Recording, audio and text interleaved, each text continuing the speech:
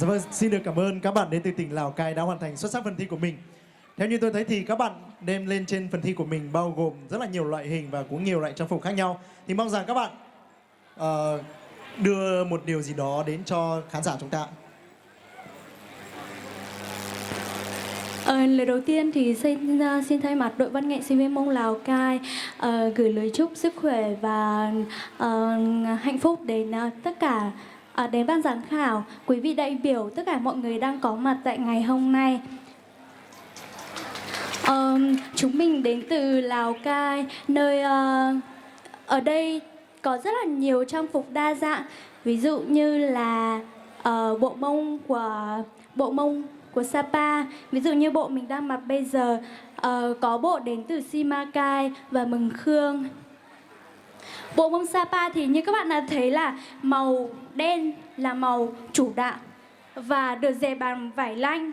Phải trải qua rất là nhiều giai đoạn thì mới có thể có được một bộ trang phục mà dù nó màu sắc không được sặc sỡ nhưng mà thể hiện được cái tài năng của những người đã làm ra bộ trang phục này rất là ý nghĩa và đẹp.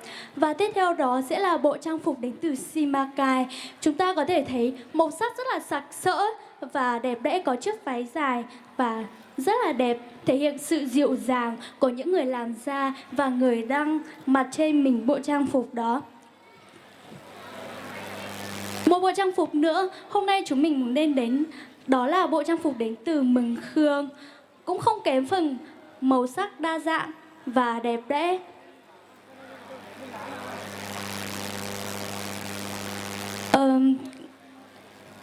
Cùng với những bộ trang phục đẹp đẽ đến từ tỉnh Lào Cai thì chúng mình có đem đến cho mọi người cùng thấy trên sân khấu này, đó là những chiếc khèn, những chiếc ô, gậy sinh tiền, cây sáo và hoa văn của người Mông.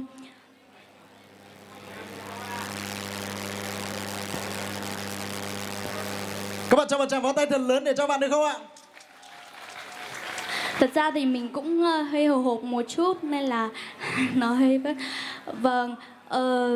Đây như chúng ta đã biết là một bạn trẻ của người Mông, như thời phát triển như bây giờ, cái việc mà mình gìn giữ và bảo tồn trang phục văn hóa của mình nó là một cái rất là khó khăn. Ví dụ như Tết Mông Sồng Phố cũng là một dịp khá là quan trọng và rất là quan trọng đối với các bạn sinh viên Mông Lào Cai. Chúng ta có thể đến đây để trình diễn những cái bộ trang phục từ trên quê, và nó là những bộ mà bà con vẫn đang mặc lao động và sinh sống bây giờ.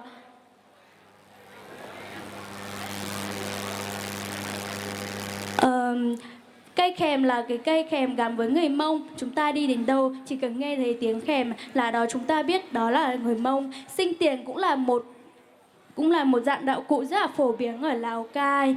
Hoa văn như chúng ta đã thấy rất là đa dạng các trang phục, ví dụ mông đen, mông hoa và mông xanh.